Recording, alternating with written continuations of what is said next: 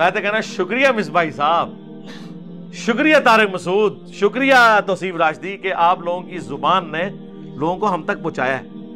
اور بیان کریں، ہمیں تو خوشی ہوتی ہے. پھر ہم لوگوں کو بتاتے ہیں کہ یہ آپ کو کہانیاں کراتے تھے نا کہ جی تھوڑے احترام سے بات ہونی چاہیے. دیکھیں انجینئر صاحب اتنی بدتمیزی سے بولتے ہیں، انجینئر صاحب کسی کو گالیاں تو نہیں نکالتے، اور وہ سنت کے مطابق پیشن سے بولتے ہیں. جو مسلم شریف میں حدیث ہے، نبی علیہ السلام کی آنکھیں سرخ ہو جاتی، غصے میں اضافہ ہو جاتا، آواز بلند ہو جاتی، جیسے کوئی جرنیل اپنی فوج تیار کر رہا ہو. یہ آپ ممبر پہ اس طریقے سے تقریر کرتے تھے. مڑ کرنے سے چینج نہیں آتی دنیا میں، نہ اس زمانے میں آئی ہے نہ اس زمانے میں. ہاں پرسنل گفتگو میں کبھی کو بیٹھے کوئی گپ شپ ہو رہی ہے وہ علیحدہ بات ہے. جب دین کی بات ہوگی اور ایک ڈیکورم سے بات ہوگی تو اس میں تو پھر ظاہر ہے یہی سٹائل ہوگا. تو میں نے بہت پہلے دعویٰ کیا تھا مجھ سے زیادہ اس فیلڈ میں نرم کوئی نہیں ہے، اور وہ میں نے ثابت کر دیا. جن لوگوں پہ آپ کو زوم تھا نا کہ یہ سب سے نرم ہے، ان کی بھی جھاگ چھوٹ رہی ہے، گالیوں پہ اتر آئے ہیں. وہ کہتے ہیں ہندوؤں کے لیے بھی ہم چادریں بچھاتے ہیں، اسلام امن کا دین ہے. میرے واسطے آ کے سارے انہوں نے وضو ٹوٹ گئے، کیونکہ میں ان کی روزی روٹی پہ لات مار رہا ہوں نا. یہ صوفیاء کے واقعات سناتا ہے نا، ٹھیک ہے نا جی.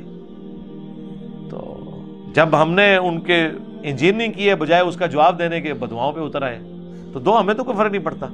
تو آٹی بدواواں نال کوئی جوڑنا ہوتا ہے نا اللہ دے بندیو تے پاکستان دا قرضہ اتر جاتا، آئی ایم ایف تباہ و برباد ہو جاتا. سارے رل کے بدوا کرو نا، ادارے ختم ہو جائے. ٹھیک ہے، انہوں نے جتنا ریکارڈ ساڑا رکھیا وہ سارا ڈیلیٹ ہو جائے، اسی مکر جائیے. سانو یہ کہنے نہ پوے کہ آیا جے غوری، یہ کہنے ضرورت ہی نہ پوے. اسی کہ لیاؤ کتنے جے کاغذ. جس طرح نبی علیہ السلام کے ساتھ غیبی مدد آئی تھی نا، وہ جو کفار مکہ نے 3 سال کے لیے آپ کو ابو طالب کی گھاٹی میں محصور کر دیا تھا، سوشل بائیکاٹ، وہ جو معاہدہ لکھا تھا اس سے وہ دیمک چاٹ گئی تھی. نبی علیہ السلام کو وحی کے ذریعے اللہ نے بتایا. وہ جب کعبہ کھولا تو اندر وہ چاٹ چکی تھی، معاہدے ختم ہو گیا. اس طرح کا کوئی کارنامہ آپ بھی کریں نا کہ آپ کے بزرگان دین جو ہیں وہ نبی علیہ السلام کے بارے میں گستاخانہ ویڈیوز جو ہیں وہ ڈیلیٹ کروا دیں. آئی ایم ایف کے ساتھ جو ہمارے معاہدے ہیں وہ ڈیلیٹ ہو جائیں. ٹھیک ہے جی، دنیا سے ہر وہ ویڈیو ریکارڈ ڈیلیٹ ہو جائے جس میں ہم نے اتنا قرضہ لے کے کھایا ہوا ہے. موجے لگ جائیں، کرو نا کچھ. اے جی علی بھائی کرامتوں کو نہیں مانتے، بھائی کرامت کو ہم مانتے ہیں. باقی اگر آپ نے کوئی اس طرح کی چیز منوانی ہے تو کر کے دسو نا، میں مناں گا، کرو. شاہ جی کہہ رہے سن راتی جی ساڑھے بزرگاں نے جناب وہ کیا کیتا سی شاہ جی؟ ہاں انہوں نے کہا میرا بال لے جاؤ آگ میں نہیں جلے گا. میں کہ شاہ جی، میں نے لکھا تھا نا کہ بھئی اوریجنل سید کی نشانی ہم نے سنی ہے جس کو آگ نہیں کھاتی، یعنی وہ سنا کے سنی والی. تو شاہ جی کہہ رہے ہیں، میں کہ شاہ جی تسی تو کنفرم ہونا، کریے بسم اللہ. کہتے ہیں نہیں یہ تو اللہ جب چاہے تو کرامت دکھا دے. ٹھیک ہے، اللہ دے بندیو اے ایڈا سوکھا کام نہیں ہے. یہ صرف ایک واقعہ رپورٹ ہوا ہے انسانی ہسٹری میں، وہ حضرت ابراہیم علیہ السلام کا ہے. اگر صحابہ کرام ان تکلیفوں سے گزرے ہیں نا تو بعد کے بزرگ تو شاہی کوئی نہیں. اللہ پہ نہ ڈالیں. قرآن میں ہے وَلَا تَقُولُوا عَلَى اللَّهِ إِلَّا الْحَقِّ، اللہ پہ کوئی ایسی بات نہ کرو جو مگر وہ جو حق پہ مبنی ہو.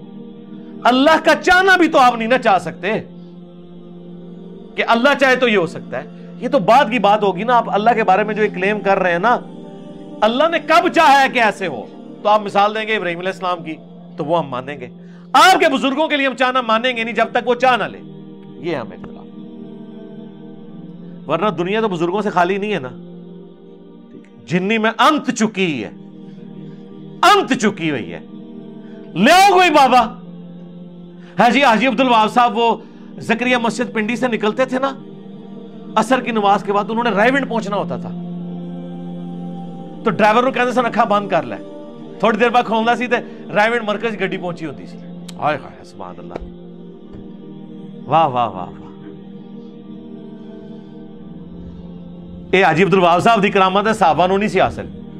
جنگ یرموک کے موقع پر حضرت خالد بن ولید جو ہے وہ پرشین امپائر کے ساتھ جنگ میں مصروف تھے، تو پیچھے سے خط پہنچا کہ آپ جا کے رومنز کے ساتھ زیادہ سخت جنگ ہونے والی ہے تو آپ وہاں چلے جائیں.